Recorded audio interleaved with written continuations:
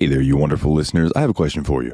Do you want to make a podcast? Well, Spotify's got a platform that lets you make one super easily and then distribute it everywhere and even earn money all in one place and for free. How can you beat that? It's called Spotify for Podcasters, and here is how it works. Spotify for Podcasters lets you record and edit podcasts right from your phone or computer, so no matter what your setup is like, you can start creating today. Then you can distribute your podcast to Spotify and everywhere else podcasts are heard. Video podcasts are also available on Spotify. And when you want to take conversations with your fans to the next level, there are Q&A and poll options available, and those are the best way to get them talking. With Spotify for Podcasters, you can earn money in a variety of ways, including ads and podcast subscriptions. And best of all, it's totally free with no catch. Ever since I've discovered Spotify for Podcasters, it has made doing my shows like the Steam Machine Podcast, Yabs Pod, and the JRPG Report much, much easier to do. Like being able to just go on there, record them, upload it, boom, it's done. I don't have to pay for a site service to host or anything like that. It's fantastic. So I highly recommend that you give it a try. Download the Spotify for Podcasters app or go to www.spotify.com/podcasters to get started today.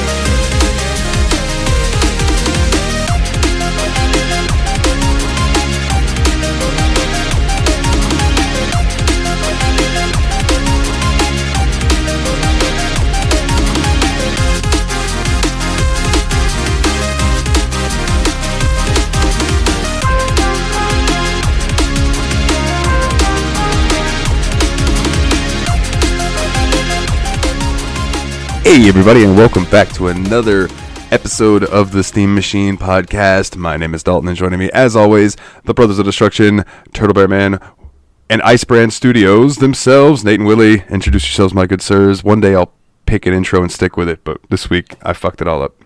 Hey man, like I said, just keep playing with those intros. You'll find one you like eventually. This is Nate. Hey, this is Willie. I'm introed. I'm introduced. How are you? It is a pleasure to meet you. Enchanté. I have a buddy named George. When he meets somebody, he'll be like, "Nice to meet you," and he'll go, "Yeah, it was your pleasure." Every time. Or he'll say, "Yeah, it is nice to meet me," and but for some reason, no one takes it as him being a dick because he's just a very charming dude. And quick fun story about him. He's sitting in my garage one time and he's wearing a cut-off tank top shirt, and we were sitting there smoking, and I looked at him and I said, "Oh, did you got the guns out to impress my mom?" And he went, "Or you're dead." That is the most correct response. Dude's just constantly nailing his speech rolls. Yeah. He's a DM, so yeah, he is good on hitting speech rolls for sure. Before I forget, up front, I want to give a big shout out to one Cthusiast Jeff. He heard me talking that work hasn't been so great and stuff, so he upped his Patreon by a good amount, and I fucking appreciate you, my good sir. Yo, Jeff, you the man. Thanks, Jeff. I do try to put Patreon money towards things for the show, like buying a little bundle to add something, or putting it aside for maybe a new mic or things like that, just in case this one ever fucks up and things. But right now, the Patreon past couple of weeks has helped me put a little money towards gas in my truck to even get to places I need to go, because I haven't worked. So thank you, good sir. I'm rambling. Anyways, I appreciate you, Jeff. So shout out. And if anybody else would like to join the Patreon, it's patreon.com/the Steam Machine Podcast. And I don't think I've ever promoted that this early in the episode, and I feel bad about it. So let's move on.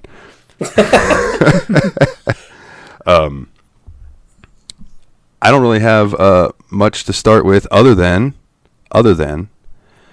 Nate, my good sir.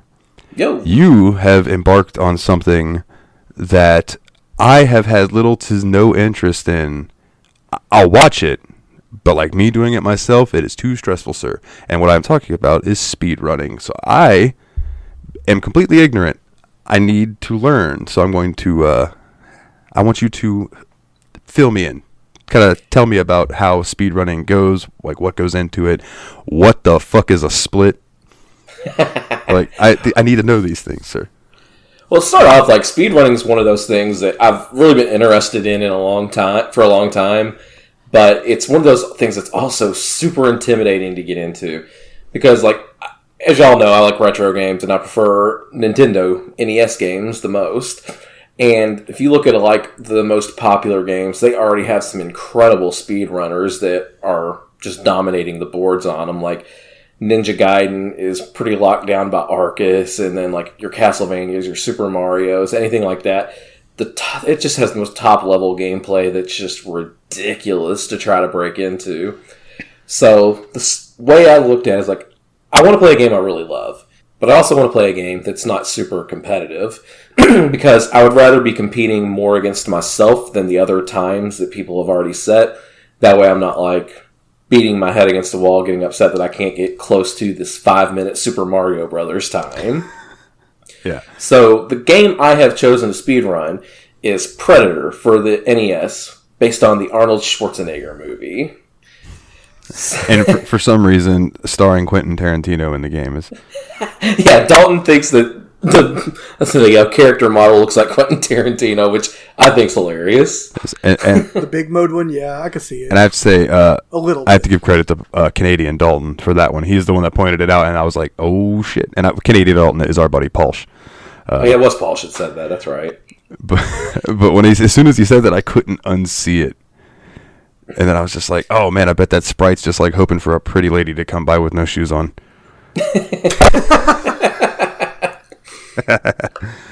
But yeah, man. So, like, getting into the process is, like, one of the things that you mentioned wanting to know more about is something called splits. And so splits essentially is like you're timing your entire speed run, but splits are little segments of that speed run so that you can keep track of how you're performing up to a point in the run. So, like, the way I have my split set up is there's a split for each level in the game. So when I beat a level, I can see how much time it took me to beat that level, and if that's faster or slower than my previous runs on that level, so that I can kind of have a picture of how this run is performing compared to previous runs that I've done. Okay. So splits is basically just like laps on a timer if you're doing a race. Okay. That makes sense. So, like, that would be then...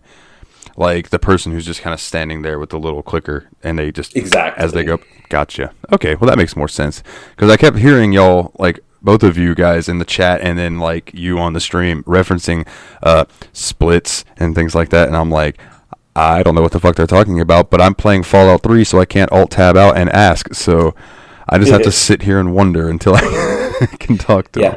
I definitely had an alt tab moment the other night while playing Fallout 3, but. But yeah, so, and like I said, it's intimidating to get into. So I got to shout out a couple people that, you know, helped me feel better about, like Grim, our buddy Grim, you know him. And then there's this guy that I've rated a bunch of times on my own streams who speedrun Super Mario 2 called Kurt's Newbrand. Follow him on Twitch at twitch.tv/Kurt's Newbrand. It's a Super Mario Brothers 2 speedrunner. And both of those people have been super encouraging and helping me get into speedrunning itself. And both were really excited when I actually finally picked a game to go on. So it's been really good to have that community that's supportive of something like this. Yeah, for sure, man. And actually, while I'm thinking about it, follow, is it Usurper Grim on Twitch as well? I don't think he's got any underscores or anything like that. Yeah, so Usurper Grim. Yeah. If you remind me afterwards, I'll put links to their Twitches in the show notes. So yeah, I just said Grim without saying the Twitch because I assume everybody that listens to us knows Grims. Yeah, that's true. That's true, but some people might not. You're right. What is it, like Vince McMahon? Hey, pal, every Raw could be somebody's first Raw. Yeah, Grim, great dude. Definitely follow him. But yeah, so it's been an interesting ride so far because it's like I said, it's my first speed run, and I'm just getting my first sets of splits done and getting into it. And so I finally have my own times to compete against now, so it's been really fun seeing if I'm doing better or worse while I'm doing it. Now, do you have a goal? Like, is there like a goal time that you're shooting for? So currently, my goal is to beat the game on a stream, like on a continuous run with no continues. Because originally my goal was just to get a time that was within 2 minutes of the worst time on the speedrun.com leaderboard. Well, I have a run now that I did, personal bested today, PB'd, that was at a little over 20 minutes that is 7th on the leaderboard. It would be 7th if I submitted it, but I'm not quite ready to submit it as it is. Oh. So a lot of the runs for this game, it didn't start to get run at all until about 9 years ago when a player named D. Tysonator, best known for Mike Tyson's Punch-Out related feats, set a record for it. I think he was the only submitter for the game at the time. So some of the times on the board are very unoptimized because it's before people started running the game with strats and stuff. But now there's, people that are actually pretty hard on the game. So Nate's he's competing with old times right now, but pretty soon he's going to be getting up onto more modern times, and that's going to be kind of awesome to see. But his best time from the last session would have been enough to beat the world record in 2013. Jism. If only I'd have started this 12 years ago. Oh man, that's fucking impressive, bro. That's impressive. I told you guys this in chat. The only game that I've ever played that, as I was playing it, I was like, this could be fun to speedrun. I actually gifted you both last night with Shadowblade Reload. Oh yeah, okay. And in thinking about it, I don't think I meant speedrunning it. I would really like to 100% that game, but I don't know. I don't know if I could speedrun it. It's definitely got the aesthetic and gameplay for it. You could absolutely try to speedrun it. I'm just bad. Well, a lot of speedruns have multiple categories too. There's any percent, which is just beat the game, and then there's 100% speedrunning where the goal is to get all the relevant items and stuff. So, for a lot of games, the 100% is the most contested category. So maybe you could speedrun getting everything, really, collect it all. There was a night that we were playing Final Fantasy XIV, and they just started looking up speedruns, and they have that game on there, but it's broken down by dungeons.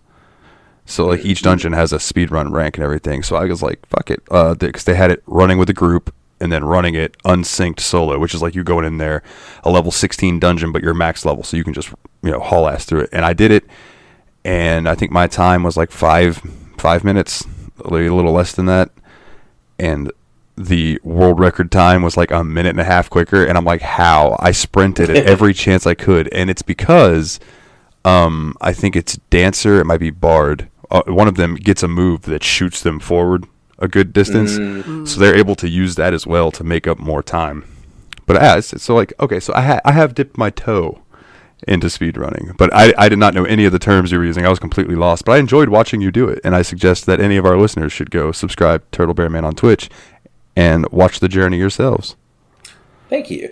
Yeah, and like I said, I've had some extra time this week because my wife's out of town in Chicago for a convention, so I've just been getting off of work and getting on Twitch, so it's been kind of fun. You completely threw me off last night. Or no, I'm sorry, it was today. Or was it last night? It was one of the two.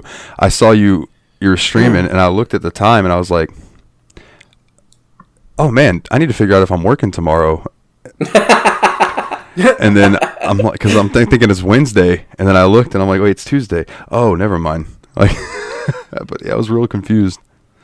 Yeah, putting in some extra time this week, a little bit of extra time. But I definitely relate to the whole speedrun versus completionist type thing, because I used to be more of a completionist type person. I'd get in a game. Obviously, you saw me do stuff like that with Dragon Quest XI when I got every Steam achievement available. So I felt like now was a good time to get into a game where I wanted to try to play it fast. Yeah, understandably so. Hey, take a break from seeing it all and just trying to, now you want to see it in a blur. Just go right by. Just pretend you're Sonic the Hedgehog in any game. Always thought you'd have an aptitude for speedrunning based on those streams you've done where you were minimize deaths on Castlevania, Ninja Gaiden, games like that.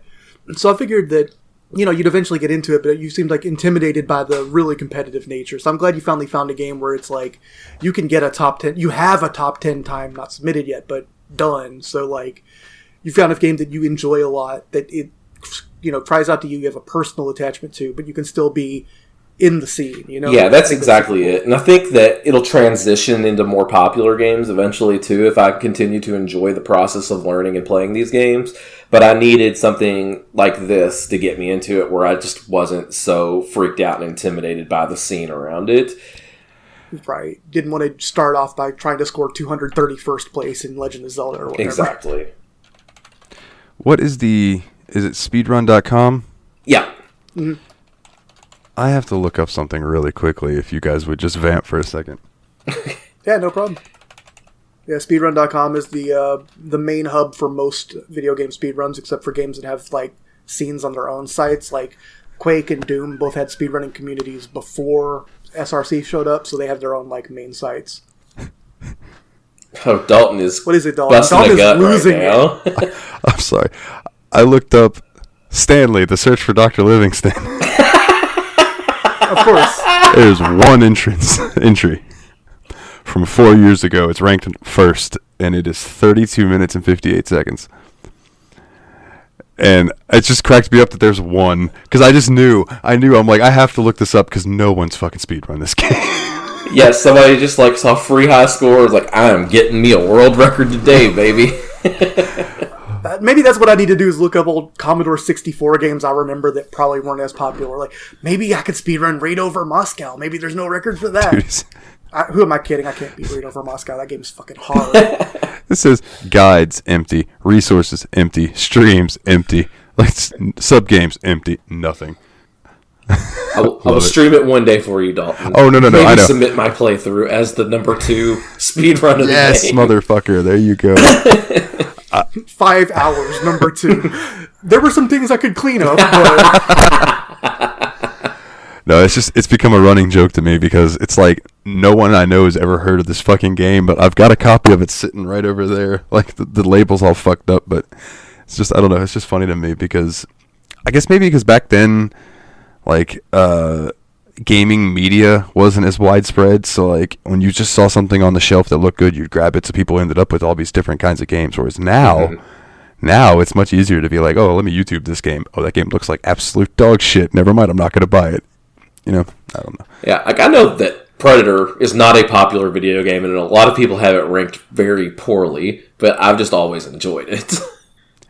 Hey, man, like the Compile Heart and Idea Factory, the guys that do like the Neptunia series and things like that, like people shit on those games. I love them. But people think that they're generic JRPGs, and I'm like, man, y'all just, I don't want to say y'all don't get it, because that just sounds so Rick and Morty fan-esque. But it's just not for you. You know what I mean? Yeah. And that's cool. That's like, right. There are games literally that like I have no interest in, but like I'm not going to be like, man, those games fucking suck, because they're just not my thing. Yeah, so now, if I play it and I do enjoy that type of game and the game is ass, I will absolutely say that the game is ass.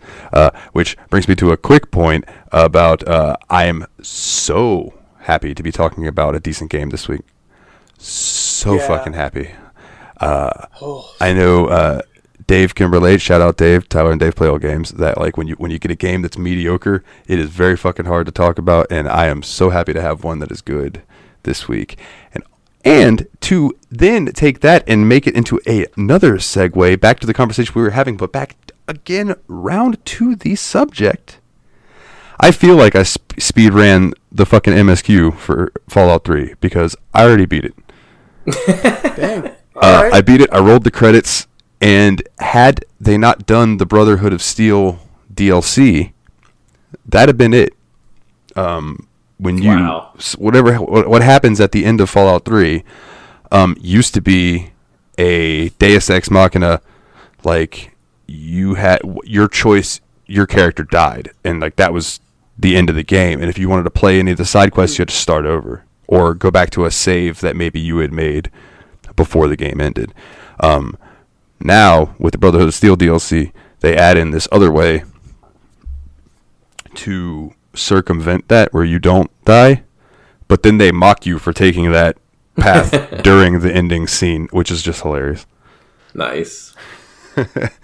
But so being is that I am way further ahead of this than you guys, I kind of want to know where you guys are at. I should really stop drinking carbonated beverages while we're recording because I'm. Well, man. But no.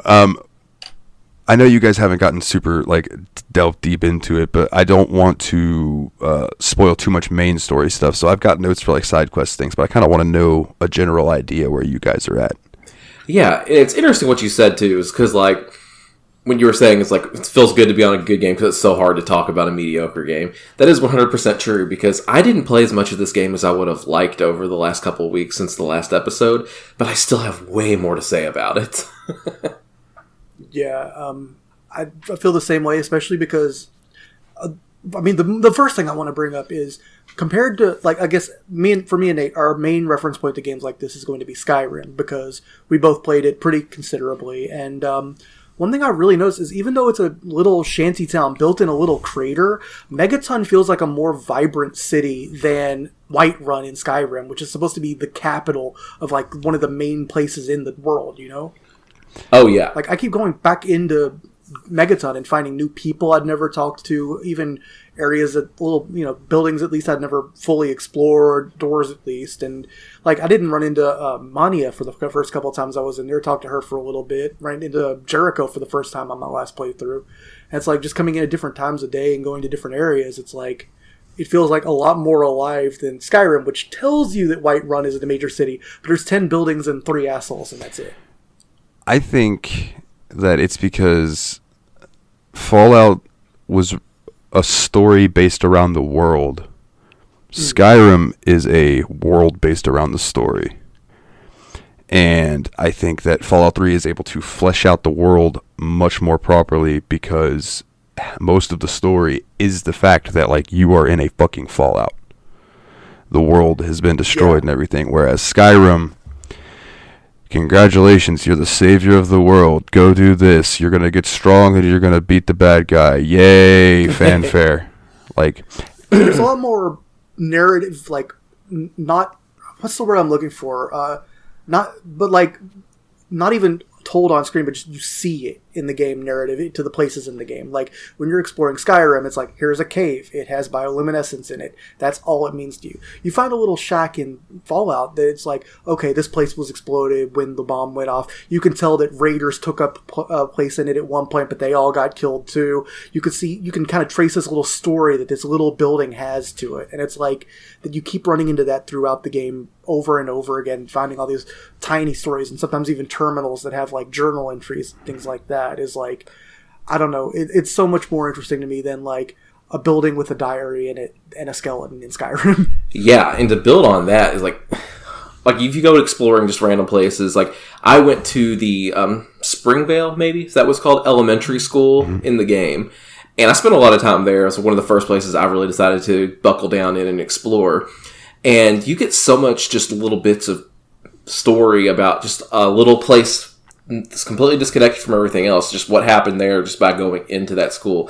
You get in there and it's been taken over by raiders, so you get to go in and kill all the raiders and all that stuff. And then you'll start walking around and noticing all these things, there's cages with tiny little skeletons in them. So that there must have been children that were in this school that are just dead, either killed by raiders or died from nuclear fallout. It doesn't really explain it to you, but you can kind of build your own story from just things that you're seeing in there. And then you get to the terminal and it's talks about how there's ants in the basement that have killed a lot of them, and they're trying to build a tunnel from this elementary school into Megaton to kind of cause havoc in Megaton. And so you eventually kill all the raiders and you find the key to the basement, and then you finally get to start fighting the ants down there. So it's a little self-contained little story of something that's happening in that little world. And I don't think anything I ever saw in Skyrim was as in-depth or interesting as just that one little section of Fallout that I played. It honestly sounds like there's more plot just in... God, I'm trying to remember the phrase. There's a term for this kind of storytelling where it's just based on the location, what you see and what you can extrapolate from what you see. But there seems like there's more story in just this one elementary school, which I haven't even been to yet, than there is in the entire Mage Guild quest line in Skyrim. And I personally think that's because Fallout 3 was still at the time where they were doing RPG. you can't aim down your sights. You like if you want to really do a lot of if you want to do a lot of shooting, you're gonna have to get used to using VATS. And then you can aim down your sights. I've done it. That's a mod thing. Oh, is it? Yeah, I think in the original version of the game you could. Because I have this rifle that I can kind of look down the barrel and aim for, it's not a big zoom, but it gives me a little bit of zoom. Well, that might be that it's got a little attachment on top that lets you. But you can hold the button and it'll zoom in with the barrel and you can shoot more. Oh, okay. But in say New Vegas or Fallout 4, when you hit that button, your dude holds the gun up and you actually look down the sights of the gun. Gotcha. But you can't do that. VATS is very dice based, the percentage rolling and all of that. So it's more RPG. Whereas Skyrim's an action game. As much as I love Skyrim, I got almost 1,000 hours into it on Steam. It's an action game with RPG elements. And the funny thing is the RPG stuff in Fallout, VATS and everything, and the leveling up, which feels a lot better than the leveling up in Skyrim, makes this game a lot more fun to me. Yeah, I agree. If anything, the one thing that really, I think, slowed both of us down at first is until you have tethers into the world and know exactly where you're going, it's such a big and unfriendly wasteland. I mean, it's supposed to be a wasteland. It's a little intimidating, and you kind of want to hew close to home. I spent a lot of time either in Megaton or directly leaving Megaton for a quest. Yeah. It's not until pretty recently that I started branching out. And once I cleared up that elementary school, there were a couple beds in there. I made that my home for a while I started trying to do other quests. Because, okay, I got a little bit beat up by these raiders out here on the highway. I just need to kind of get back to my home, which was that elementary school, and take a nap for 8 hours and wake up and feel rested and not have any more injuries and get back out there. It makes such a big difference in this game when you have a bed as opposed to when you're just trying to wing it. Well, I finally got a couple of places where formerly alive people were sleeping. Yeah. It's finally knocking fast travel to there and back. And I'm really making a lot more use of fast travel than I expected, which I don't think everyone thinks of as a purist thing or whatever. But if I was going to play this game without fast travel, I wouldn't be able to handle it. Just because the bed thing is so important. Or else you're using all your stuff to heal and getting rad poisoning like crazy. I just had a random thought, but going back to kind of just exploring and world building as you see it when you're going around. I went into a house and it seemed pretty empty, you know what I mean? But I made my way up, and in the master bedroom were two skeletons cuddled together in bed, and I was just oh, that's so sad, man. They were probably just sleeping, just having a nice cuddle session for the night, and the apocalypse happened, but I guess they died together. You know what I mean? So it was kind of a beautiful scene where it's oh, okay, this is the end of the Notebook. The first house at the beginning of the town of Minefield, when I went into it, that's basically what I saw there, and that's one of the reasons I was saying that there's just so much emergent storytelling. Not emergent. I'm not going to remember the word. Immersive. Maybe. I don't know, but there's so much of this storytelling in the game that's just place-based, and you see so much and learn so much just from the fact that there's all those little things, I don't know, this is a cheap thing or whatever to an extent, but it makes it a little bit more real when you go into a house and there's just an empty crib in it too, and you're oh, that's what was up when things went down. It's there's it isn't heavy-handed with it as it could be, but it kind of also gives a little of the sense of the human cost of war and all that, Yeah, and I think it's more of I like the fact that it's more of a show and less of a tell. Yeah, absolutely. There's times where you're just walking down the road and you'll see a beat up, what's it called? Speed limit sign, and you'll see speed limit 55. You're oh, that's relatable. Then you'll see the billboards from the time period that are a little bit scuffed, but you can still kind of make out what they were showing, and just stuff that stood through whatever Fallout, but is obviously not in the same condition it was before it all went down. Yeah, and I think the whole shtick behind Fallout is that the Cold War went differently, and we stuck with nuclear power instead of going to gasoline and things like that. I could be wrong, but that's why everything looks like it's straight out of the 50s. You know what I mean? It's because that era just continued on. Yeah, there seems to be a combination of a divergence there and then a nuclear war that I think took place in 2076 or something like that in the game's plot. Yep. Somewhere like that. It took place in the future, but the future is still more atomic age retro-like than what we have, today. I don't know if there was some kind of push backwards like a post-fossil fuel movement or something like that. But it does kind of, everything is a little bit more nuclear and kind of retro 50s in a way that I think is kind of neat. Yeah, and I've been in a hotel that was a retro 50s hotel. So when I was walking around in there, I'm just like, man, this place just reminds me of fucking Fallout. It was like what you were saying back when we played Portal. You know, we were talking about that section down below the current Aperture Science labs that you fall down into. Yeah. It's just like that same kind of feel that you got down there, but that kind of feeling persisted throughout history instead of went away as time went on. Yeah. Yeah. So, a couple of the side quests that I wanted to bring up to you, gentlemen, that maybe you would go and check out after you hear about them, or not. You know, it just kind of depends. I know you've both been introduced to Children of Adam. Mm-hmm. All right. So I believe that if you don't activate the bomb, or if you don't deactivate the bomb, I believe there's a quest that has to do with them. But I fixed the bomb as soon as I could, so I have no remembrance of how that quest actually goes. But, go ahead. Yeah, I haven't done much with the Children of Adam. I've met like the father, like the holy man of their group or whatever, and I've went into their actual church, I guess you'll call it, cult house, whatever you want to call it. But I haven't had much like interaction with them in particular.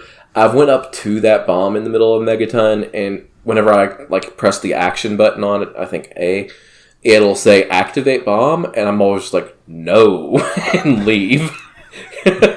I think that if you do try to interact with it, it's just going to tell you need an explosive score of 25 or higher to do anything with it. And then But you I have can good just explosives. like kind of like I love explosives.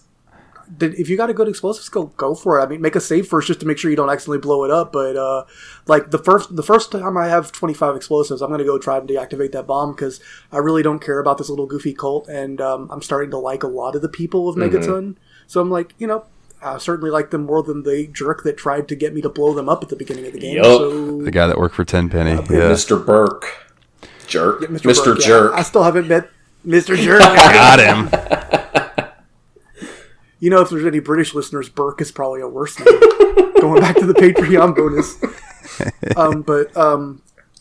Like, I don't know. I haven't met any of the people from Tenpenny Tower or anything yet except for Burke, so I haven't, gone on that kind of quest. So I think I'm going to do it exploring around the southwest side, because when I finished the Arafu quest, I got a lot of little map markers that are like points of interest throughout the southwest of the quarter all of the map, and I'm definitely interested in checking those out. But then I have a plot point that's in a different direction too, and then it's like, I think I'm just gonna have to explore the world for a minute because It's fun.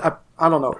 Yeah. It's fun. I also feel like the south side of the Potomac River, I assume that's supposed to be the Potomac River, but I feel like the southwest area, but from there, seems to be the safest area so far, because I don't know about you, Nate. No, wait, I do know about you, Nate. And when you first crossed that river, you want to tell us about that? Because so we were talking about Arafu a lot, and we've both been to Arafu at this point, and so I was having a great time over there, honestly, because I got in there, kind of made my own second little base there. I found another place that I could have a bed and move from there. So I took a nap, slept until nighttime, decided to. There's a quest line there. There's this gang called the Family that's harassing the town of Arafu, and they're like, "Hey, and I was like, "Well, I'll go find the Family and take them out. I mean, how rough can they be?" So anyway, I leave Arafu because I'm on this quest to go find the Family and figure out what's going on over there. And as I leave, I don't remember exactly which way I go, so I hope I can find it again because I died. But you went somewhere northeast of Arafu, guarantee. East and to the north. Okay, that sounds about right. So I ran into this super mutant. The first one I'd seen, because I know y'all brought up super mutants on the last episode. This big old dude. Was it by the drive-in theater? Yeah. Okay. This big old dude. He had a board with a nail through it. And I swear, I didn't have a picture of what a super mutant looked like. But when I saw him coming at me, I swear it was like a mix between Drax the Destroyer and Shrek coming at me. That's a good description. And I was like, I gotta go all in on this dude. So I filled him full of lead. I killed him. I was like, that was awesome. Because he put up a fight. Yeah. He really did. And so they're beefy. Yeah, he's a big beefy dude. So I took his weapon because I liked it and I like having a good melee weapon. It was actually the first one I found that's better than my baseball bat. So I grabbed that and I kept walking. A couple steps later, I found these what look like the old semi-truck tractor trailers which is like the trailer part of it, and I just hear a shout coming from it. And it's another super mutant, but this one had a rocket launcher. And I think I remembered you mentioning this guy to me. So I approached this a little bit differently than you did. So as soon as I started hearing him yelling, and I noticed that it was a super mutant, I was like, I carry frag grenades with me at all times. So I kind of walked to the opening, because he's still sitting in there, I think, getting his rocket launcher ready or whatever, and I turn on VATS and throw 3 frag grenades in at him immediately. And they all hit, and he's immediately crippled and can't use his rocket launcher anymore. Nice. So I take that spiked piece of wood I got from the other super mutant and just clobbered him to death with it. I hadn't thought of using VATS with grenades yet. Oh, it's yet. so good. It's so good. I couldn't make grenades work for me yet. That's brilliant. VATS with grenades, it's incredible. I've been loving using my grenades. Like, I really enjoy them a lot. And so anyway, I took that rocket launcher. It's like, then it was late at night. So I kept going. I was like, I know I was a little bit damaged, but I was like feeling all high and mighty. I just took down 2 super mutants, feeling invincible. And I start going towards the side of the river. And I noticed there's a fire on the other side of the river. And I noticed there's a little bridge. I'm like, all right, let's see if this is the family or just some raiders that I can take down. See what's going on over here.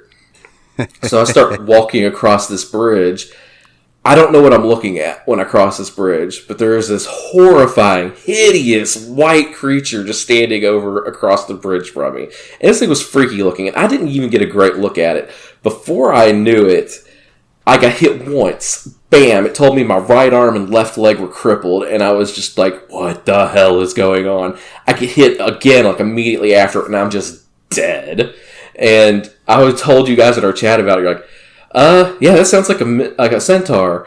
And I'm like, and then you sent me a picture, I'm like, that's the bastard right there. Yeah. And it was legitimately scary. I had no idea what was going on, and this horrifying monster just destroys me. I was like, I know this is our point of reference here, but God, that scared me way more than anything in the Blair Witch Project. It looks like some nasty thing out of Doom 3, honestly. Like, it's got weird tongues sticking out of it, and kind of a weird, like, it isn't a centaur like you'd think of. No. It's like a gross... Oh, it's like H.R. Geiger centaur style. Right. Yeah, when you were first telling me about that, I sent a picture of a Deathclaw, because that's what it sounded like to me, was that you got whacked by a Deathclaw. Now we low level. And then I found out that, and that's why I was kind of surprised. I was like, dude, he hit you twice? Because, like, I figured at y'all's level, a Deathclaw would absolutely one-shot both of you. No problem. Like, just whack you and you're dead. So when I was like, oh, it's probably the Centaur, which is another one of those things. And that was the thing, I think, last episode on Fallout 3, I was like, dude, these things are grotesque and terrifying looking. Like, they're absolutely terrifying. And yep. You weren't lying. when it's real quiet and you're, like, creeping and you see one just kind of... It's like... Think if anyone listening has seen Tusk by Kevin Smith, think of like the way that thing looked, but then it's also got like these giant tentacles coming out of its face and some other things, but it's got like that weird walrus-esque body shape. They're fucking terrifying. But the thing that makes them a little bit more scary is they look distinctly somewhat human. Yeah. It's like, this looks like a mutated human that happened because of the fallout. And it's a horrifying thought. They are pets of super mutants. They're pets of super mutants. Yes. Anytime you go near super mutants, you'll see centaurs or in later series, they super mutants have like these dog creature things that'll come at you. But yeah, if you ever see a centaur, there's probably some super mutants nearby somewhere. Okay, but God, that just messed me up. Like, once that happened, I was like, it reloaded me back to my save in Arafu, and I was like, yeah, I'm done. I'm done for the night. I'm good, y'all.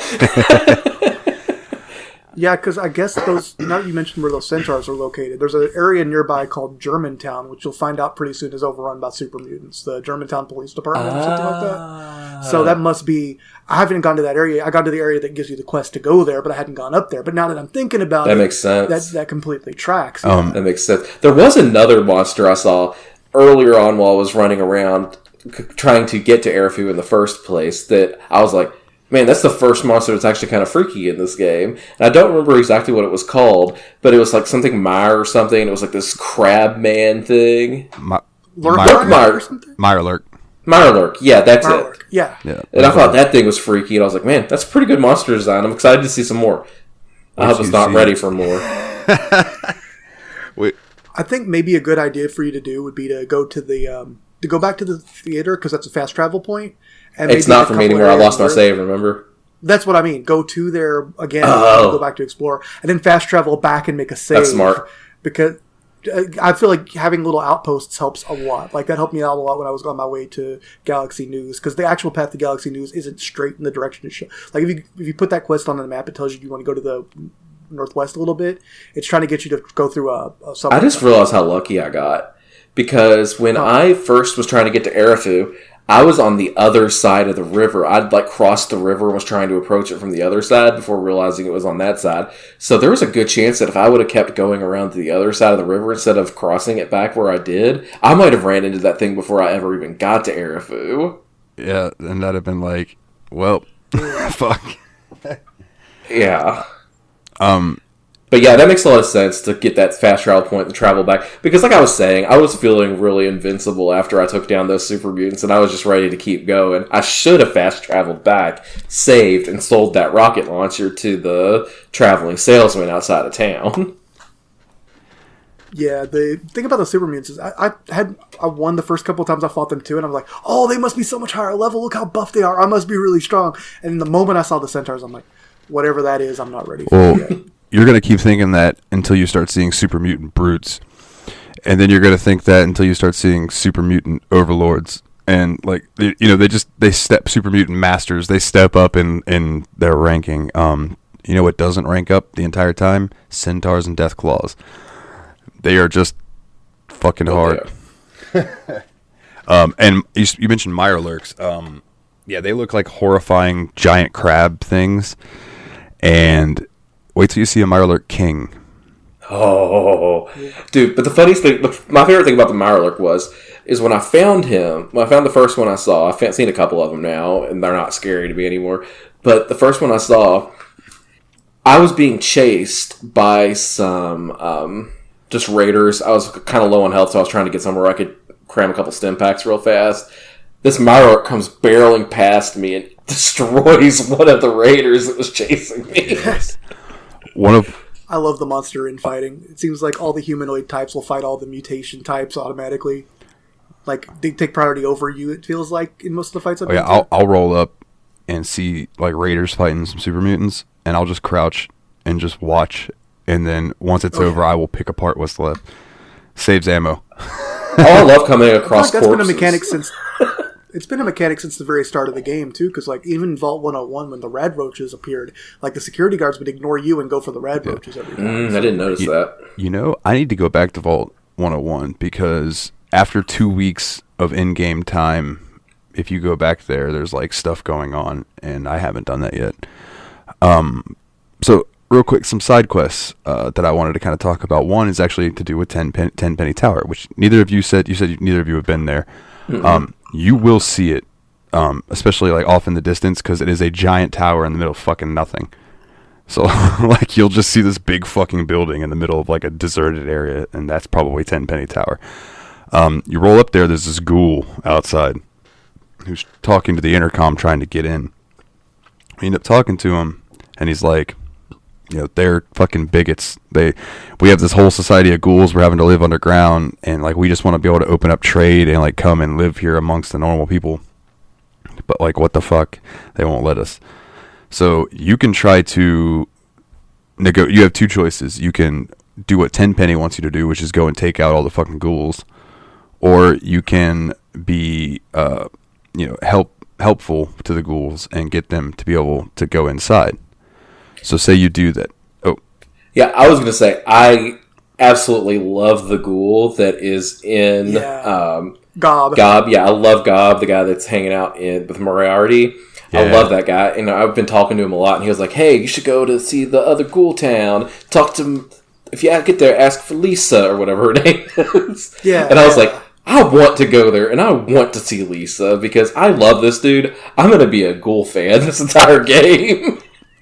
I've run into a little subway station that had a few ghouls living in there too, and most of the ghouls I've met have been peaceful people that are just living their life looking super dead. So, You'll find feral ghouls, and you'll have to kill. I have run into feral ghouls too. And you have to kill them. But as far as the normal ghouls, they all seem like they're just happy to still be around. I mean, yeah, I'll run into feral ghouls. I've run into feral people all the time in this game. You know what I mean? That's true too.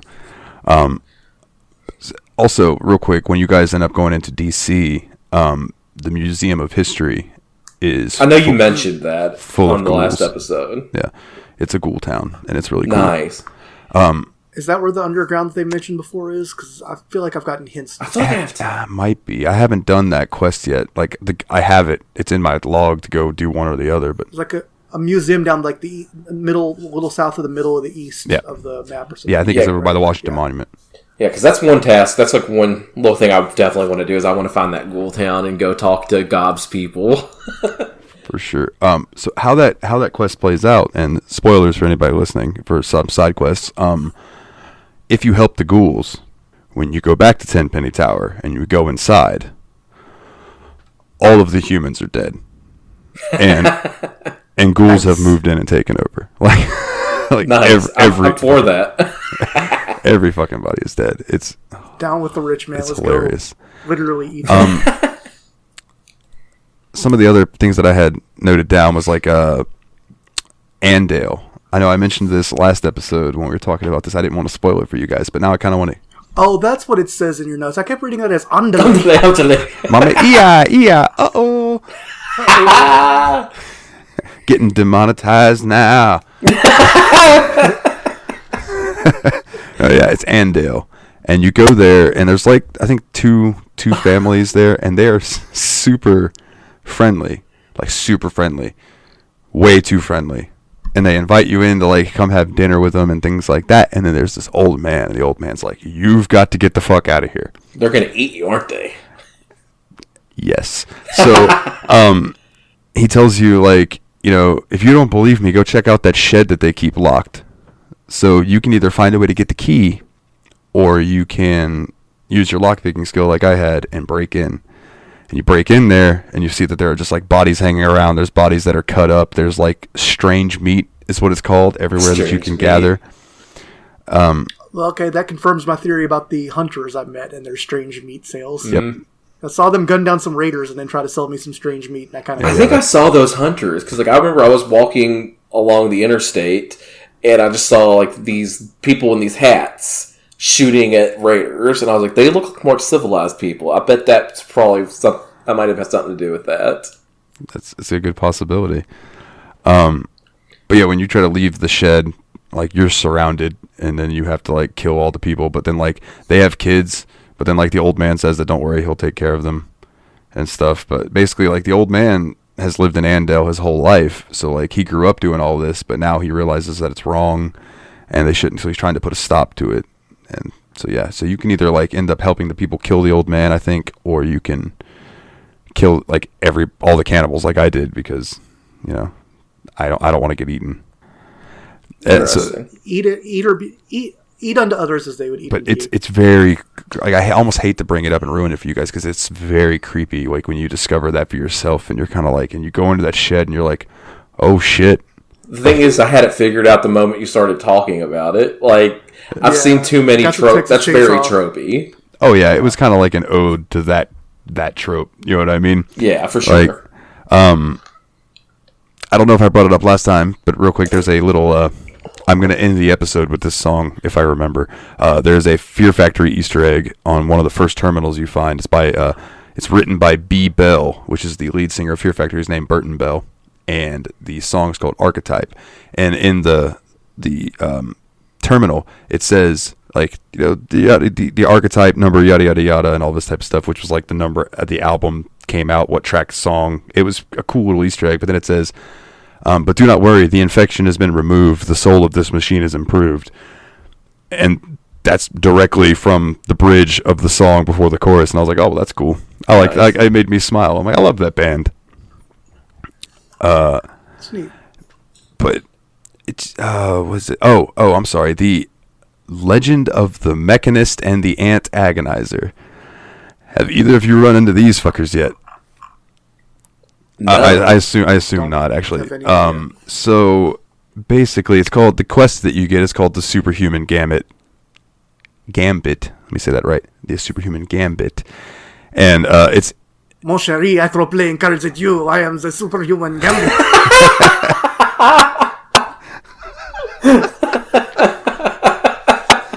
God damn.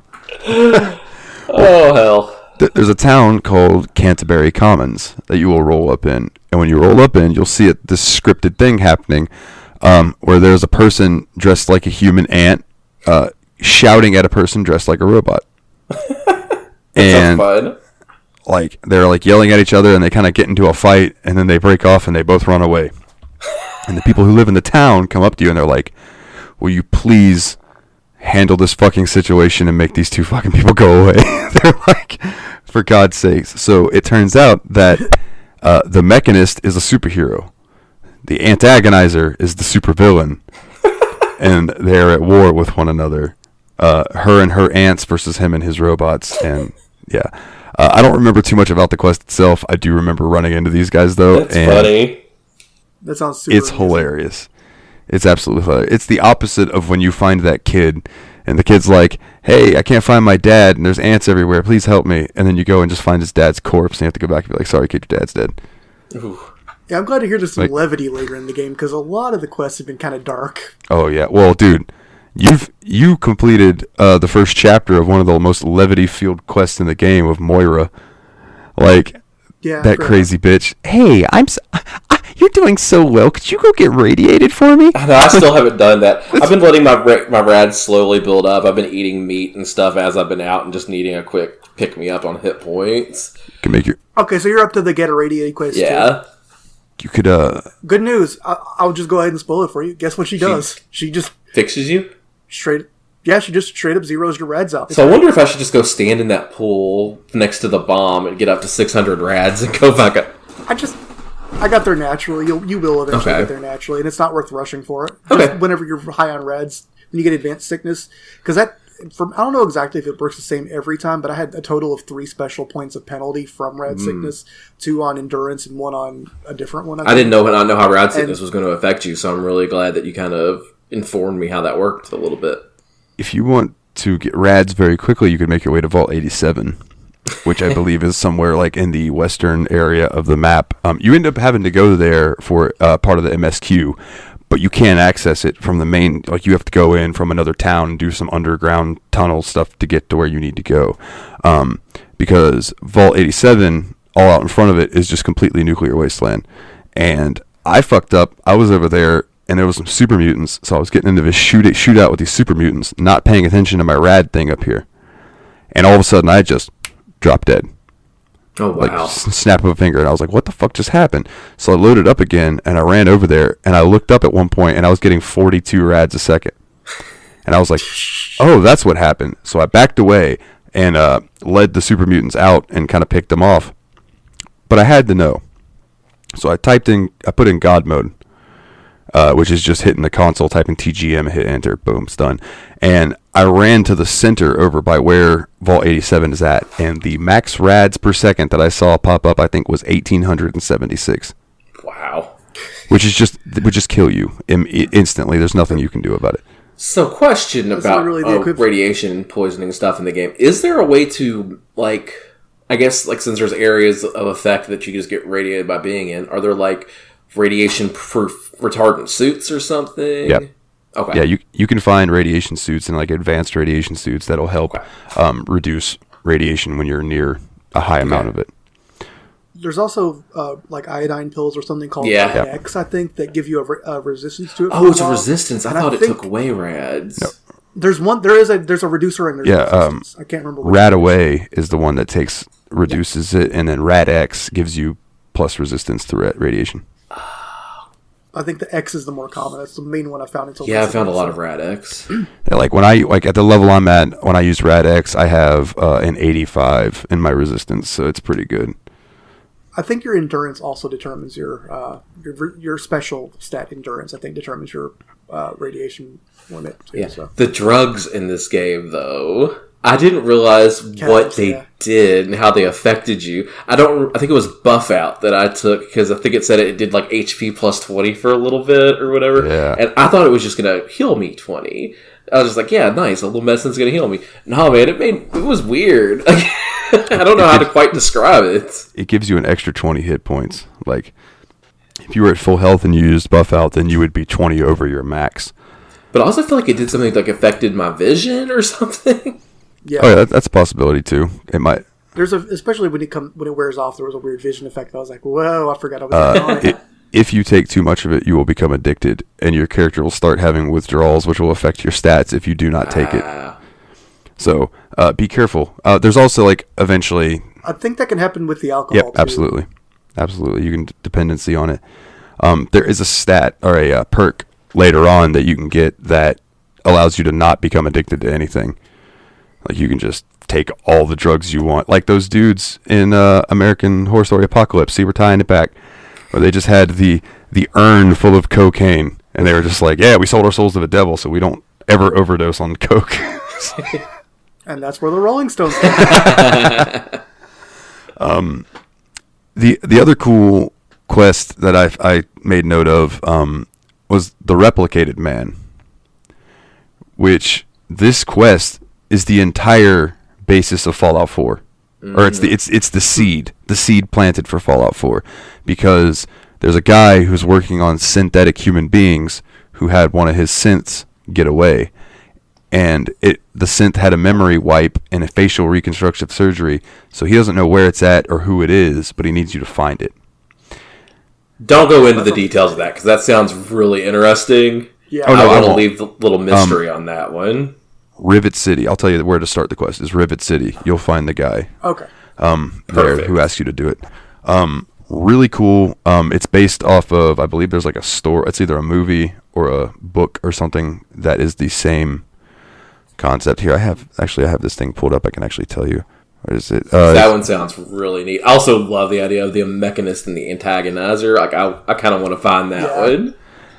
Same. Yeah, and like I said, Canterbury Commons to find that one, and I don't remember how it wraps up, so it's perfect that I can't fuck it up for you guys. But yeah, so the whole plot of Fallout 4 has to do with synths and synthetic humans and stuff, so it's cool that this is kind of just like I said, a little seed planted for the future to come. Yeah, that's awesome. That's neat.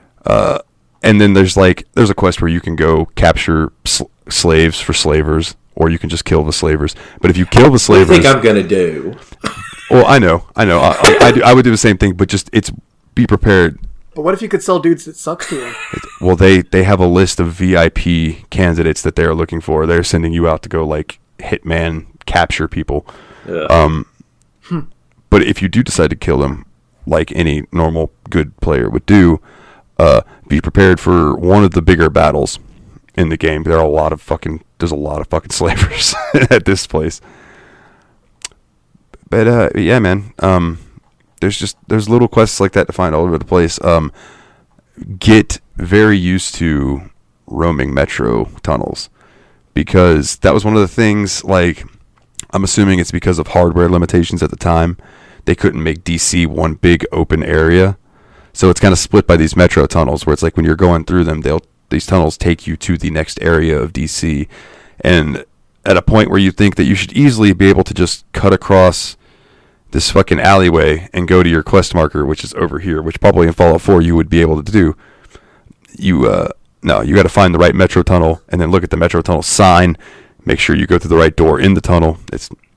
You get used to it, but it takes getting used to. Yeah, I think one metro tunnel. Quick travel points will be fine. I was just gonna say, once you get the quick travel points to it, though, then it becomes less of a problem, right? Yes. Yeah, because I found one metro tunnel station, I think, and it was full of raiders, and this was early on, so I was too intimidated to try to take them on. I think I'm getting to the point where I'm not really scared of raiders anymore. Yeah, and there's a lot to find inside DC itself. I'll say that I have this vivid memory of there's an NCR base somewhere, and listeners, if I'm thinking of New Vegas, please correct me, but I'm pretty sure it's Fallout 3. There's an NCR base somewhere, and there's a whole NCR quest line, which is the National California Republic, or the New California Republic, excuse me. I prefer MCR. That's because you're not okay. Teenagers do scare the living shit out of me. Yeah, don't they, everyone? Yeah, goddamn. You guys make me wish I was dead! Exclamation. Helena. Yeah. That's the other song I remember. Was it Hang 'em High? And then that's my knowledge of MCR. But there's like this big base, but there's a robot. There's like a Mr. Gutsy, which is like the floating ball with the arms, and he runs a gun store right there. It's like a munitions place, and they sell an anti-material rifle, which is like sniper rifle on steroids, 50 caliber shots. It's a bad motherfucker, and I cannot remember where the fuck it is, and I don't want to look it up. So I've just been going from place to place, like, all right, where the fuck was this? Because I'm just looking for this giant base, and then I'll be like, son of a bitch, there, because I've got, I don't know, 10,000 caps, 15,000 caps, like a good amount. So that brings me to a question I have about weapons and stuff in this game. So I remember you were telling us spec into repair so you can repair your weapons.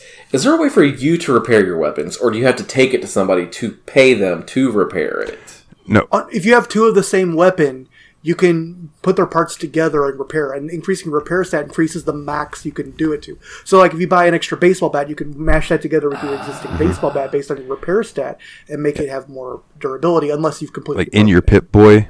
No, even if you've completely broken it, you can still use it, and it'll put a little bit back in there. But so it's in your Pip-Boy, when you're in your inventory and you're looking at your weapons, say you have 3 baseball bats. If you're using a controller, I don't know if you're using controller, going mouse and keyboard. Okay, so it would be Y on my controller, and it might be triangle on yours, but it would be repair. And you hit that, and it'll bring up this little menu, and then you just select it. Now, be careful, because some weapons can repair other weapons. Like, I accidentally used my auto axe to repair one of my rippers one time, and I was upset about that. But you can use a lever action rifle and a hunting rifle to repair one another, that kind of thing. That changes things. That really changes things, because I wish I had known that earlier, because I had a 10mm pistol I really liked that broke, and I probably could have used my silenced one to repair it a little bit. Yeah. But it does claim whatever item you use to repair it. I figured. I didn't like the silenced one anyway. But yeah, so that's why I always say, if you go to a vendor and say like for me, for instance, I really enjoy using the combat shotgun. I do like that weapon. So I always try to keep 2 or 3 of them on me. That way, when the condition starts getting low, I can repair it. Very good to know. That's helpful as hell. Yeah, for sure. And then your medicine stat is like how much HP you get when you use stim packs and stuff like that. So if you want to be able to heal yourself more, pump some into medicine. And I think it also affects how the drugs affect you and that kind of stuff. Okay, yeah, no, I'm learning a lot right now. Probably should have asked this shit 2 weeks ago. Quite all right, man. Quite all right. But yeah, once you get into a groove, and you kind of start getting down where your merchants are at, and like right now, like I said, you guys have only Megaton and Wandering merchants, but like once you get to where you can go to the museum where all the ghouls are at, and you can there's a vendor there, and then you got a vendor in Rivet City. There's places that you'll be able to just kind of pop around and be like, hey, have you guys restocked? Cool, give me all of your fucking stim packs. Give me all of your ammo. Some places do restock. Does that also mean that they get money so that you can sell things to them again? Yeah, usually. Okay. Usually. Or it'll be a thing kind of like you can do bartering, where it's like, say they have... I was just kind of worried about caps and certain types of ammo being limited resources, but if they can actually restock things, that makes me worry about that a little bit less. I think it takes a week in-game, like in-game time. I'm not 100% sure on that, though. But they do replenish, yeah. That is good, because I was kind of running out of places to source 10mm ammo except for Dead Raiders. Yeah, and just random ammunition boxes and shit. Mm-hmm. Yeah, it becomes easier. And then, when you get further into it, you're going to start killing more raiders and things like that, which are going to drop more ammunition, more armor, guns, that kind of thing. Perfect. So you're getting there. It's just, getting your bearings about you, which you guys seem to have done. So now it's like you can work from there to really start going and exploring. Yeah. I feel like a lot of the raiders, especially the ones that are armed with like a light gun of some kind, like most of them are not well armored, so you can just kind of run up them on, beat them to death with a lead pipe, and then you saved ammo, you get a plus off of it, you know? Yes. Yeah. I need to go get that spiked club from the Super Mutant again so I can use that. I loved that thing. I was so sad I died because I wanted that weapon so badly. Wait till you see one running at you with a sledgehammer on steroids. It's called a super sledge. That sounds so good. That sounds so good. If you guys don't have anything else to kind of touch on, I have this. I've left one little issue is just, I guess it's an aged game. I'm playing it very modded and all that. I'm still having crash issues, especially when it's underground. Yeah, and when I was looking into that, the only thing that I could really find is that there was like an edit the any file thing that might try. I checked, and the one item it said to change was already turned to 1, which is what they requested. So then I can only chalk it up to it's just an old ass operating system. I'm just saving more, which I needed to do anyways. Maybe try knocking the compatibility to like Windows 8 or something like that and see if that helps. But I haven't messed with compatibility since we had trouble with the first install, so maybe that is worth looking at. Yeah, I will say that I've ran into one soft lock where somehow I clipped into this wall and I couldn't get out. Don't know how I did that, but I just loaded my autosave, which was like a room away, because that was when I was in the elementary school messing around. But I know you said there was a way you could get out of that with a command or whatever, but it was too late for me at that point. No, yeah. You can toggle the collision lines, and then basically you can just walk through walls with that turned off. So if you ever get stuck and just hit TCL, hit enter, and then you can move kind of like out of where you're at, and then just hit TCL again, and your dude will set back down on the ground, and you're good to go. Nice. I have this article pulled up, gentlemen, that I want to read through real quick here at the end for us. It is a list of the 10 most disturbing Fallout vaults. Now, these are each pretty quick entries, but I figured I would see what y'all's reaction would be to some of Vault Tech's horrors, because you guys haven't even discovered the half of how shitty Vault Tech can be. I haven't seen a vault outside of 101. Nope, me neither. I'm going to tie it back into the Patreon chat. If you guys aren't Patreons, you should totally go join patreon.com/the Podcast. Oh my God, now it's blanking. The corporation, Nate, help me out, in Apocalypse, the shadowy organization. I don't remember what it was called, but it's basically like the Illuminati. But that's basically what Vault-Tec is a company like that, being real seedy. Probably had 2 dudes who sold their souls to the devil running it. Yeah. So number 10, Vault 27. Vault 27 has yet to actually appear in any of the Fallout titles, only bearing mention in Chris Avalone's Fallout Bible, a collection of documents providing a wealth of information about the Fallout universe. The experiment that was attached to Vault 27 is a relatively straightforward one. It was purposely overcrowded by 2 times the maximum capacity. Yikes. And it isn't difficult to imagine the immediate impact of such a drastic overpopulation. So these vaults basically were set up to be like shelters from the apocalypse, but there were experiments, basically at the same time, which is just how Vault-Tec rolled. So Vault-Tec number 9, Vault 19. This vault can be explored in Fallout New Vegas. Its original purpose was to test the impact of subliminal messaging on its inhabitants. Upon arrival, the residents were segregated into 2 groups and assigned one of 2 colors, blue or red. Afterward, the vault exposed them to a stimuli that were intended to provoke feelings of paranoia and distrust. Terminal entries within the vault indicated these subliminal messages were very effective, and the mutual distrust between it divided the population and approached a very violent climax. Some Starbelly sneeches. Yeah. Yes, motherfucker. Yes. Number 8 is Vault number 12.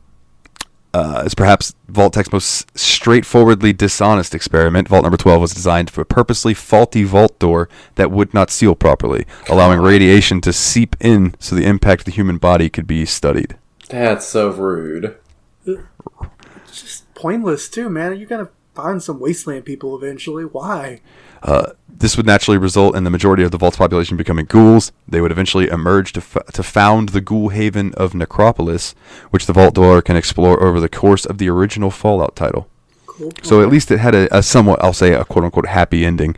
Like, they got their own little town out of it, but man, that's shitty. Number 7 is Vault 75. The experiment attached to Vault 75 is a solid contender for the absolute cruelest experiment ever carried out by Vault Tech. Easy for me to say. Situated beneath Malden Middle School in the Commonwealth of Fallout 4, its stated purpose was to protect the school's students and their families from the event in a nuclear attack. Upon entry, the students' parents were separated from their children and were summarily executed by the security staff under the pretense that they were undergoing orientation. The children were subjugated to rigorous physical and mental conditioning. Those that did not achieve satisfactory results were disposed of once they reached the age of 18, and those who did were harvested for their superior genes. Ew. Jeez. It's fucked up. That's not even close to number 1 yet. It's like, this thing is fucked up. Number 6. Yeah, but they made me take a test, and that was Hey, but you don't have to take that test. You can tell him, this is bullshit, isn't it? He's like, yeah, that's bullshit. You just want to pick your shit? Yeah, I just want to pick my shit. All right. Huh, hold on, though. No, never mind. I was going to say, is it just Vault 101 that's the 50s thing, and that was the weird experiment they did there? But no, the rest of the world has a lot of 50s memorabilia in it, too. So I had to think for a minute. Number 6 is Vault 22. The experimentation carried out in Vault 22 wasn't necessarily disturbing at its core. It was designed to sustain life purely by way of green living, quote unquote. Keeping its inhabitants alive by the virtue of plant life that was grown and cared for within. The results, however, are where things started to get dark. A certain specialized fungus was used to keep pests from ruining their crops, but unbeknownst to them, however, the mutagenic properties of the fungus, once the spores took root in the human host, they would gradually transform into spore carriers, which are deadly and aggressive cannibalistic mutants that have claimed many lives since. Okay, so this one sounds like they almost had a good idea and bad things happened. This is a little less Vault-Tec being Black Mesa and a little bit more Vault-Tec just being dumb. Fun quick fact, in Fallout 1 and 2, you meet a guy who's got a tree growing out of his head, and in Fallout 3, you can find him, and he is now completely a tree.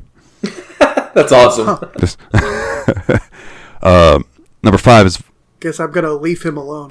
You're not going to help him branch out? I heard his bark is worse than his bite. Hey, I'm just glad he's taking up roots somewhere. Oh, man. Hey, that joke was really funny. Not with a K.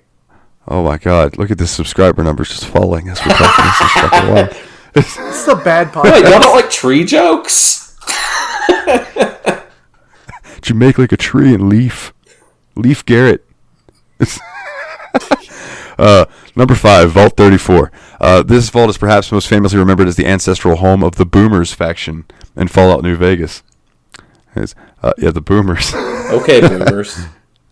And where they resided before establishing their community at Nellis Air Force Base. It turns out that their affinity for weaponry has some deep and disturbing roots there. Vault 34 was purposefully designed with cramped living conditions, as well as an absurdly overstocked armory full of weapons and ammunition. The cramped vault would soon become overpopulated, and the residents would continuously request access to the armory in order to protect themselves, which the overseer would deny. And this eventually resulted in a very violent riot. As it would. Yeah, of course. Number 4, Vault 106. Vault 106 was designed to simply begin pumping psychoactive drugs into the air filtration system a mere 10 days after the door had sealed itself shut. So the party vault. Yeah. Perfectly aware of the vault's purpose, the overseer directed security personnel to dismiss any complaints resulting from this. The lone wanderer can explore this vault during Fallout 3 and will quickly come to realize that these drugs are still being filtered into the vault. When they begin experiencing vivid and violent hallucinations. Fun. So, I gotta hang out here. This sounds great. So this is a spot in the current game we're playing. That's great. What was the number again? Vault 106. 106. Vault 106. I'll have to keep an eye out for that. That actually sounds interesting. Yeah, I won't read the last little sentence, so I'll let you guys find Cool. it and see what's inside of it. Thank you, because we will have forgotten most of the other vaults next time we'll play a Fallout game. Yeah, that's what I But figured. if it's one we're actually on... Number 3 is Vault 81. The conclusion of Vault 81's experimentation is truly a rarity, as the Overseer realized the inhumanity of its purpose and put an end to it before any lasting harm came to its general population. In fact, the sole survivor can explore Vault 81 in Fallout 4, meeting its population of relatively sane and decent inhabitants. Originally, the Vault's purpose was to expose the population to an array of deadly diseases and illnesses, while a science team operated from a secret locale to develop the test the various cures on the subjects without their knowledge. Ugh. But, yeah, the Overseer said, fuck that, we're not letting that happen. So that ended up being actually a decent Vault. So an Overseer who isn't garbage? Right? Yeah, right? Number 2, Vault 95. Vault 95's stated mission almost seems altruistic in nature. It was to serve as a rehabilitation clinic for chem addicts, allowing them to overcome their various addictions, be it psycho, jet, or anything of the like. Even as the outside world collapsed under a volley of nuclear missiles, but however, its true purpose was much less than kind. Although its detox program was a great success, a massive stash of chems and alcohol was hidden inside of the vault. Oh. And a planted resident would, quote-unquote, unearth this cache after 5 years' time. Predictably, this staged discovery of this cache precipitated the Vault's program unraveling entirely, and the population plunged into a chem-fueled anarchy. Yowza.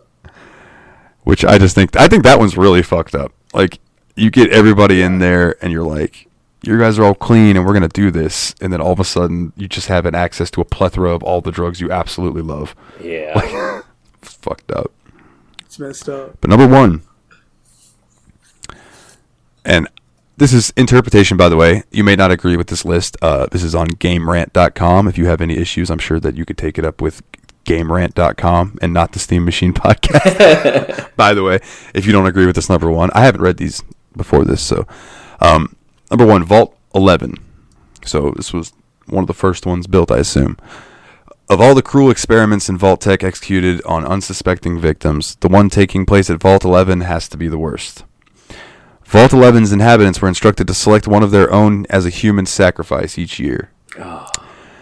If they refused, they were told that the Vault would shut off its life support systems and the entire population would I've die. heard this one. In reality, should the Vault residents refuse to sacrifice someone, the Vault would provide an automated message congratulating them as a shining example of humanity. By the time they couldn't bear to sacrifice anyone else and bravely refused, its population had been whittled down to a mere 5 people. Unable to cope with their guilt after this brutal realization, 4 of those 5 people committed suicide. Jeez. Fucking evil, man. Evil ass corporation doing some evil ass corporation shit. And yeah, man, that's wild. Jeffrey Bezos. Oh my god, I could see totally like, yeah, get yourself an Amazon bunker. Oh no, it seems so realistic. I hate it. Right? It's like this one was sponsored by Facebook or Twitter, and it's like, oh no, thank you. It's like that episode of Black Mirror when the guy wakes up and he's looking around and ads just start playing on the walls in his room because everything has ads now. Like even just life. Like fucking crazy. Wow, I just had a fucking brain fart. Willie, going back to horror TV shows from earlier, real quick, if you haven't seen Black Mirror, I highly suggest that one as well. Really good show. Okay. All right, so I've heard it's kind of a modern Twilight Zone, but kind of most of the episodes are about technology and its current role in the society. very, very much so, and might I suggest to have like an episode of Family Guy ready to go after each one, because each one is not going to leave you with a happy, fuzzy feeling in the slightest. Because they take very like serious looks at how technology could fucking affect us. And I think when I watch Black Mirror, I'm like, man, if they could get the guy who did Black Mirror series to do a Fallout series, because he could take all of this that he used with the technology and stuff and just convert that over to like making it nuclear and working in the Fallout. Now, I read somewhere that there is a Fallout TV series being developed for Amazon, but I don't know how true that is. If so, we'll see. Because I think it has the basis, the story basis, for being something really cool in a storytelling medium. Yeah, I mean, I definitely think that the universe that Fallout has created definitely could be a pretty good TV show.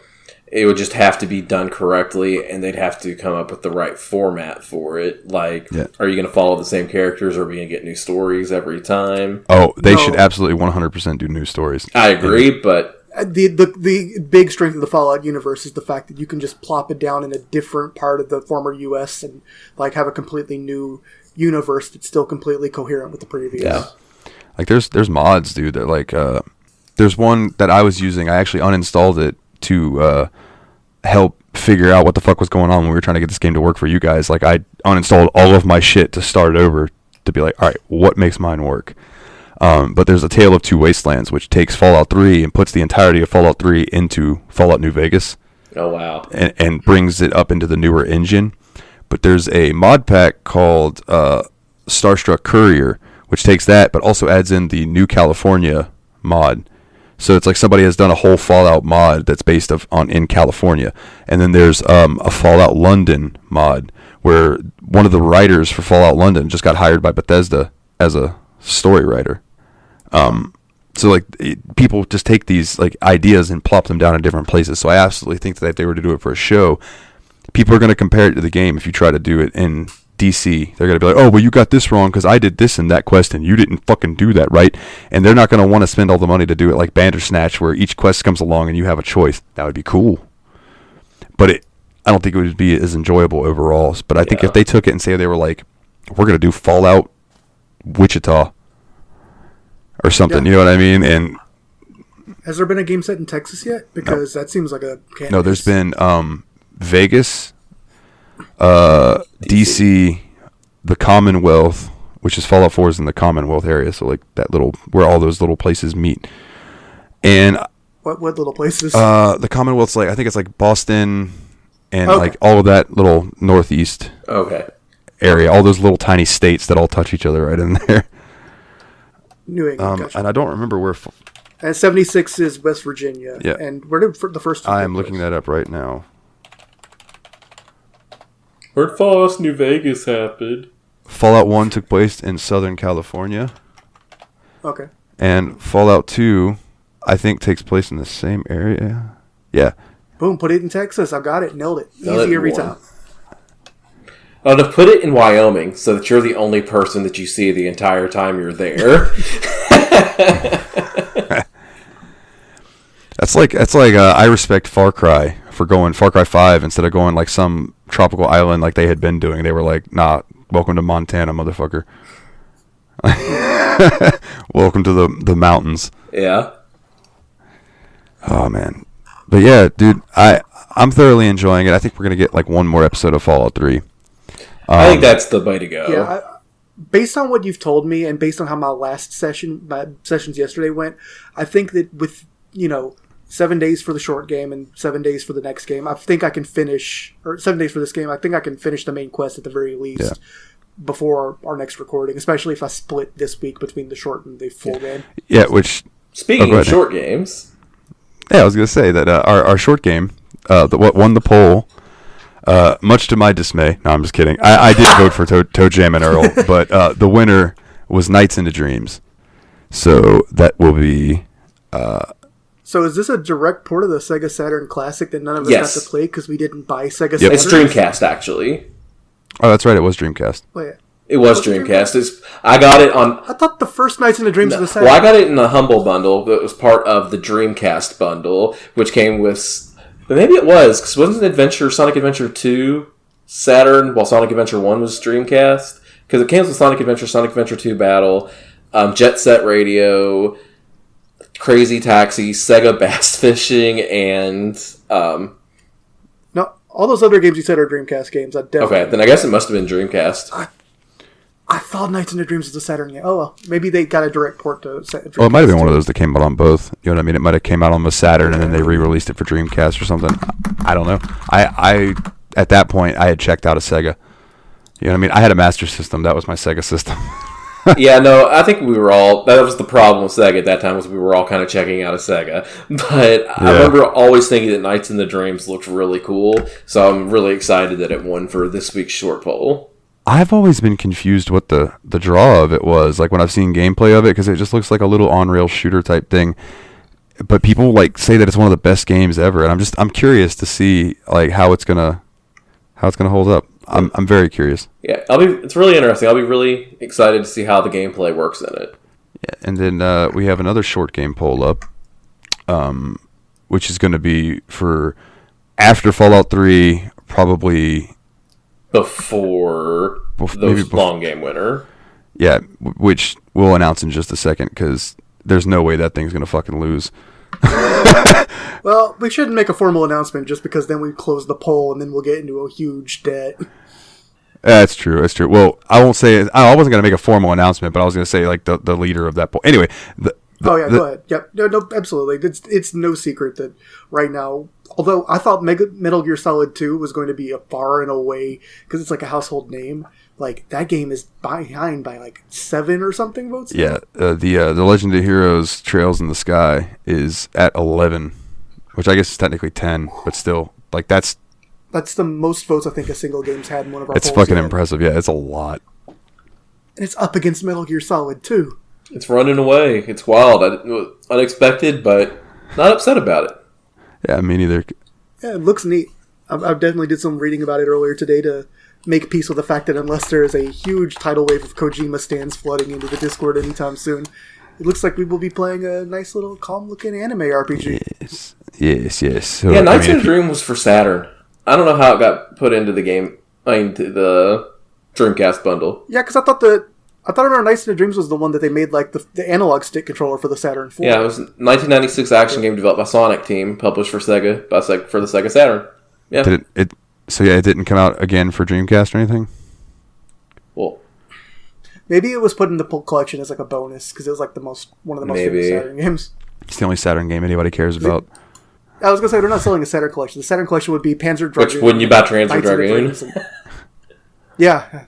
That's another one of those games that I don't understand the appeal to it, because it's just like, isn't it just an on-rail shooter? Again, it's just like, I don't know. But then again... I feel like Panzer Dragoon feels like a modernization of Afterburner, which was a really fun game to play, so I could see it being a lot of fun. Oh, I have Afterburner on Sega Master System. Nice. Yeah. If it feels anything like Afterburner or Space Harrier or something like that, I imagine it's a lot of fun. But the next short game poll is up, and your choices are Toki. That is the first choice, is Toki, which I think is like you play a little monkey and it's like a platformer type game. Your second choice is Ubermosh Volume 5, which I don't even know how to describe the Ubermosh games. Maybe like roguelike action. They're very strange. Third choice is Far Sky. Now, Nate, I know you looked into Far Sky a little bit. Do you want to talk about what you saw, because I haven't really looked into it? Yeah, it's a pretty neat looking game. It kind of reminds me of like an exploration type game where you're going to be spending a lot of time in a 3D exploration type environment. And, you know, it kind of reminds me of just like other games where you're just doing a lot of exploring, kind of like, I'm going to say at a much lesser scale, and a No Man's Sky type of thing. So it looks really neat to me, and I'm really interested to see how it plays. Holy shit, Ubermosh looks actually sick. That looks like... I think I might just go ahead and drop my vote in.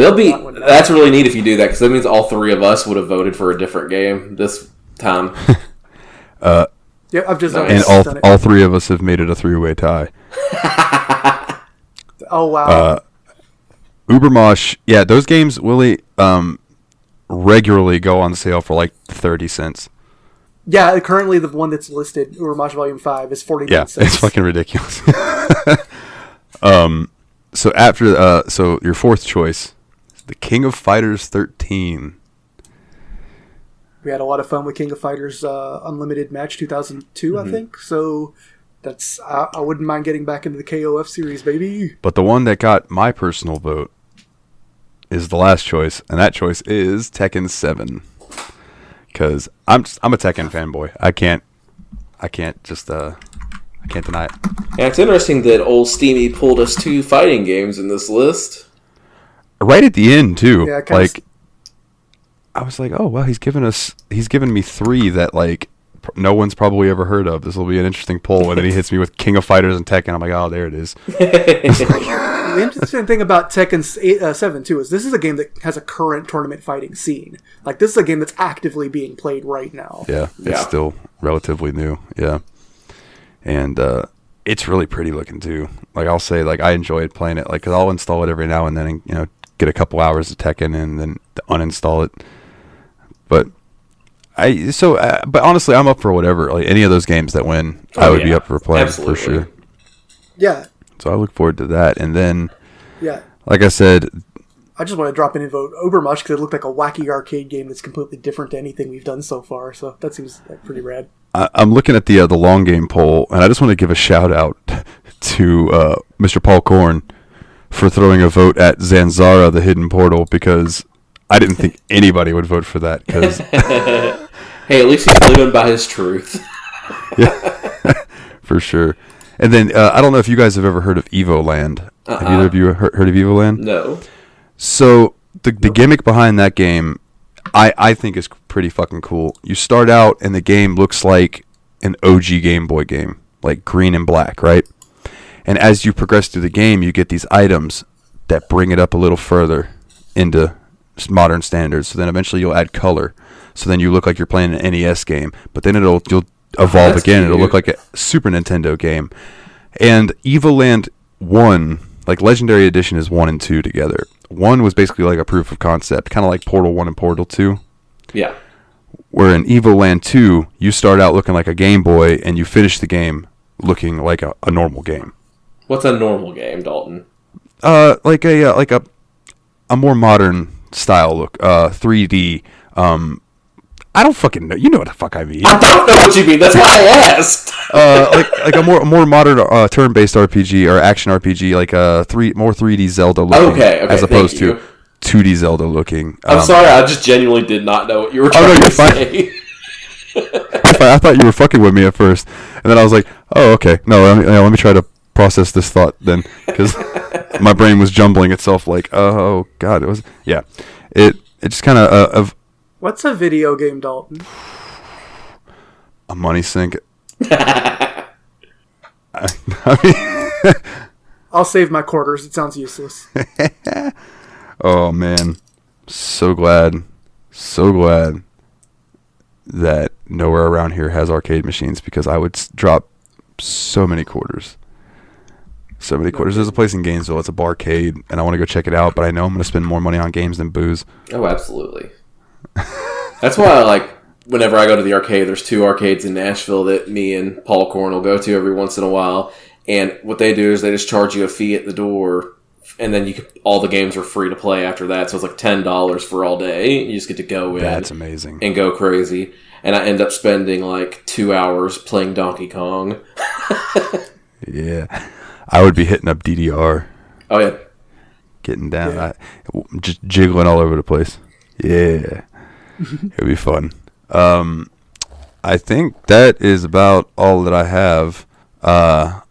We do the housekeeping.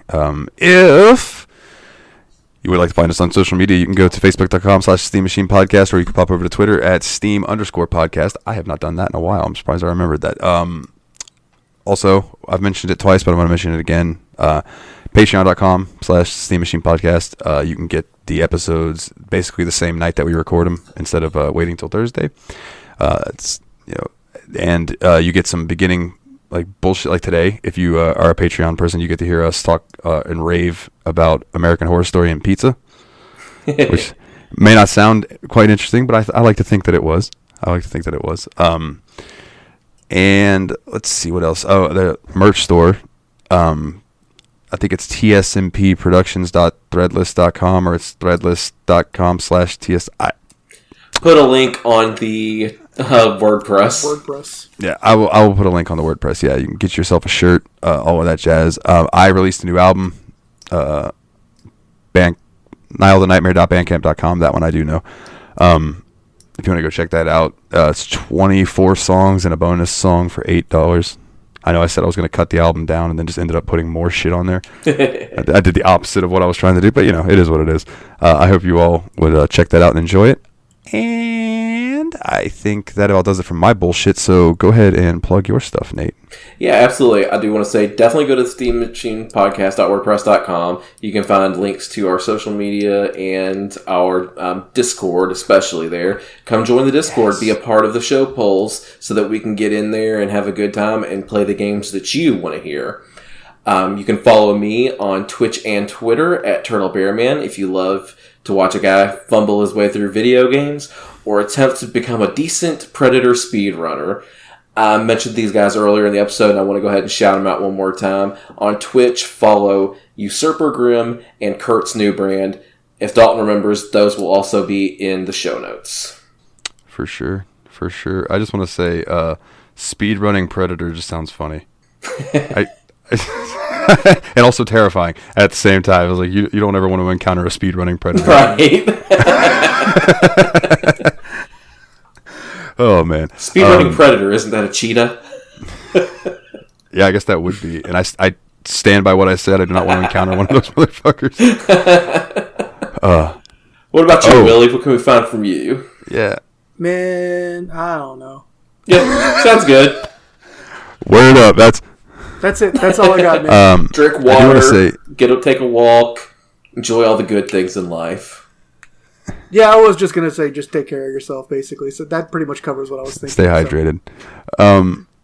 We have been trying to set up some gaming in the Discord. So, I know we've talked about doing, some No Man's Sky gaming together with some of the people in the Discord. And then I believe it was Tux Deluxe was trying to set up a game of Torchlight 2 with me at some point. So that'll be fun to play some of that with him. So please come join the Discord. Eventually I'll get a bit.ly link and make that real easy for us to spit out here. But for now, if you go to, like Nate said, the steammachinepodcast.wordpress.com, there's a pretty little button that says Discord. Click that join. Come play some fucking games with us, and let's make fun of shit, because it's great. It's fun. And we like memes. So do you like sharing memes? Come share memes. Did you make a pizza that you like the looks of? Post pictures of your pizza. We really are all about those pictures of food. In the Om Nom channel, I'm all about seeing food. I really like taking pictures of food, and I really appreciate pictures of food. So yeah, please. That is. We got everything from professional cooks to people that are just really getting into food photography to people that just want to post the thing they ordered from Pizza Hut. It's good. Tell Ryan he needs to start posting his food pictures again. Yes, please. I miss that. Yeah, I'll let him know. Funny you mentioned that. He's going to be looking for another job, but we're going to have that conversation off air. Okay. Just because I don't know what's going on. Anyway. Quick. Well, we're gonna end on a quick note. For anyone who was asking me about my job and what things going on, my buddy Nick, who got me the job, beat up our bartender who was drunk at work, and now he quit. So now I don't even know if I have a job anymore. So there's that. And for this week's episode of Steam Machine Podcast, they are the Brothers of Destruction, Nate and Willie. My name's Dalton. And as always, guys, war never changes.